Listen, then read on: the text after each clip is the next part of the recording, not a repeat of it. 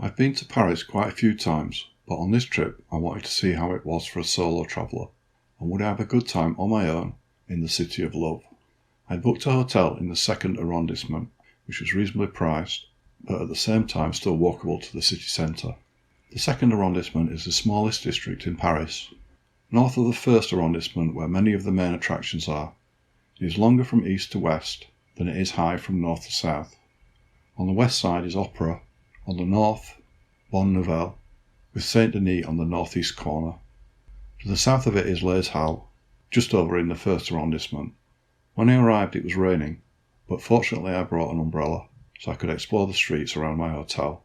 I walked along the Boulevard de Bonne Nouvelle, past shops, theatres and cafes, and settled into this area of the city.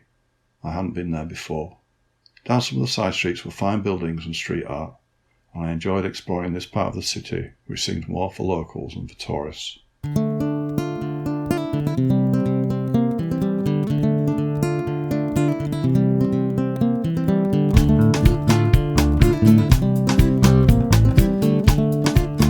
By the Bonne Nouvelle metro station is the Art Deco Grand Rex cinema, and in the rain it seemed a good idea to pay it a visit. There is a nightclub as well as a cinema.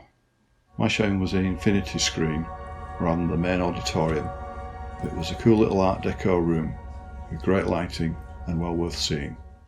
The Montegulle area is a cool district to explore, with many shops and restaurants in the streets around Rue Montegulle. This is a great place to do some shopping, and on one day I had an open air market by St. Eustache Church.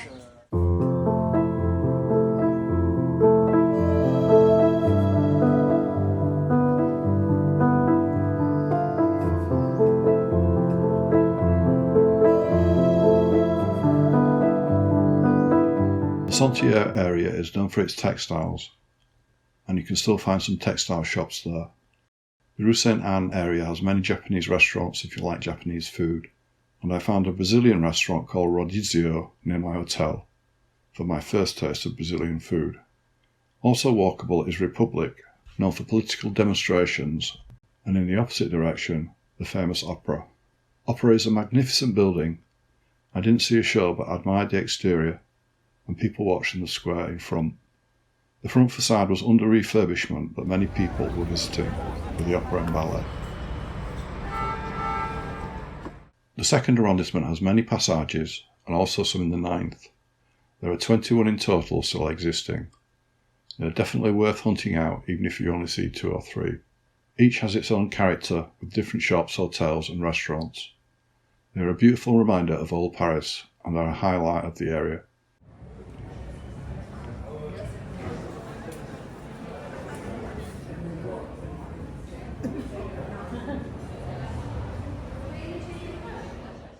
An easy walk from the second arrondissement is the first arrondissement, past St. Eustache Church.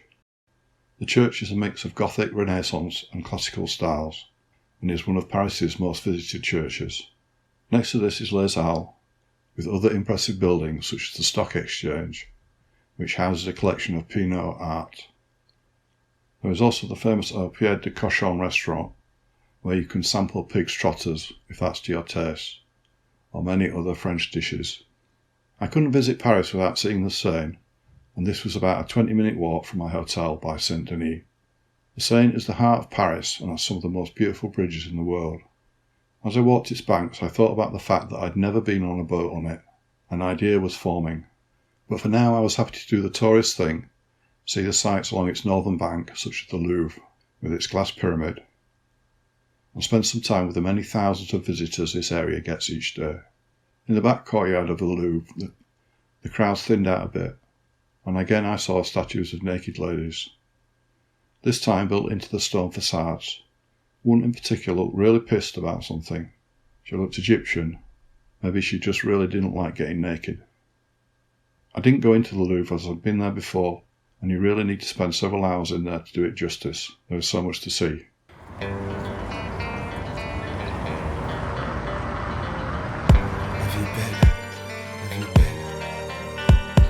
Seul dans ma chambre, un jour normal. J'apprends dans les journaux que je suis dans l'axe du mal. Je lis entre les lignes et je comprends qu'on veut me kill. On ferme la serrure pour... Next to the Louvre is the beautiful Tuileries Garden, and I chilled out there for an hour or so. The rain held off and many Parisians were enjoying the day, with children playing with sailboats in the park's ponds. Paris's parks are a fine feature of the city. Pulling up a chair next to the water and relaxing, or strolling through the park is a highlight for me.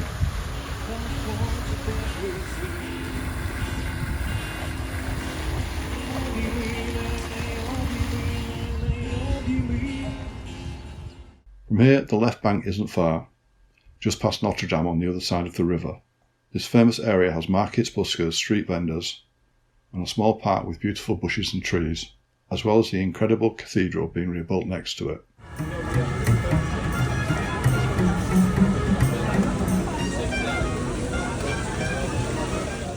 For my last day, my idea of getting a boat on the river came to fruition. I'd never done this before, and while it seemed an incredibly touristy thing to do, I was restricted in my walking due to a knee injury. I couldn't walk all day, so seeing the sights from the river seemed like an alternative. I booked a tour with the Vedettes to Pont Neuf, and I was the first to arrive at the office. They were playing Michael Bublé, and I had some qualms. Then they played Serge Gainsbourg, a little better. I got a good seat on the boat and we set off downriver. There was a large party of school children on the boat, and each time we passed under a bridge they started cheering.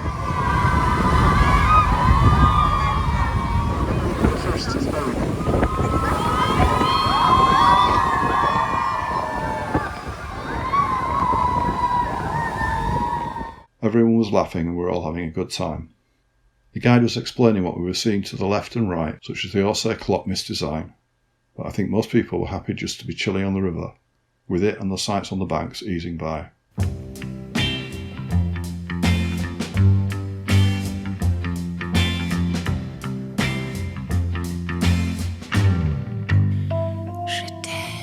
A fun way to end the trip, Paris and Arrondissement 2 had been fine as a solo traveller, with loads to do, and I would have no hesitation in visiting again on my own.